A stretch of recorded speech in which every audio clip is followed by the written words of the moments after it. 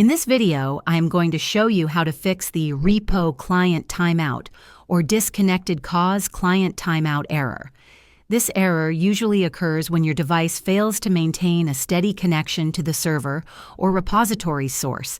It can be frustrating, especially if you're trying to access or download files. But don't worry, there are several easy fixes you can try.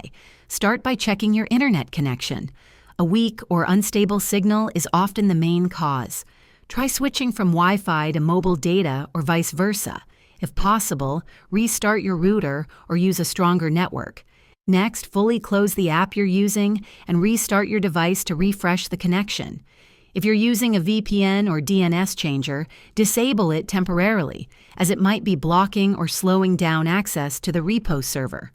Also, go to your app settings, clear the cache, and make sure it has the necessary permissions to use data in the background. Now check the repository link you're using. Make sure it's correct, active, and up to date.